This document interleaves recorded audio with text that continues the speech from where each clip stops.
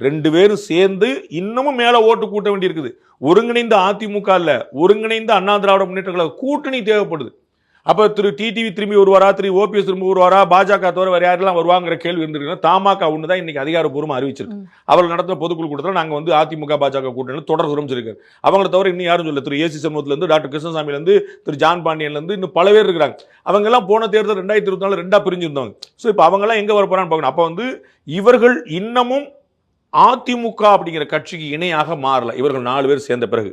ஆனால் அதனால இதை அண்டர்எஸ்டிமேட் பண்ணிட முடியாது. ஒவ்வொரு ஓட்டும் கவுண்ட்ஸ். அது திரு எடப்பாடி பழனிசாமி புரிஞ்சுக்க வேண்டியது. அஜெண்டா ஆட்சியை பிடிக்கணும். அப்ப ஆட்சியை பிடிக்கணும்னு இருந்துச்சுன்னா அவங்க எல்லாரும் ஒருங்கிணைப்பாங்க. ஒருமித்த கருத்தோட இருந்து டிஎம்கே வெல்லணுங்கிற நோக்கமா இருந்தா சின்ன சின்ன ஈகோ விட்டு கொடுப்பாங்க. இதுல நான் சொல்றேன், 2 பக்கமுமே சில கிளாஷஸ் இருக்குது.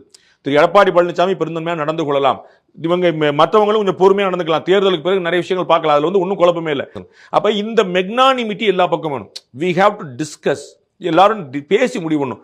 அவர் போனா போட்டோம், இவர் இருந்தார், யார் போனாலும் பரவாயில்ல. 2 ஸ்டாண்டுமே தப்பு.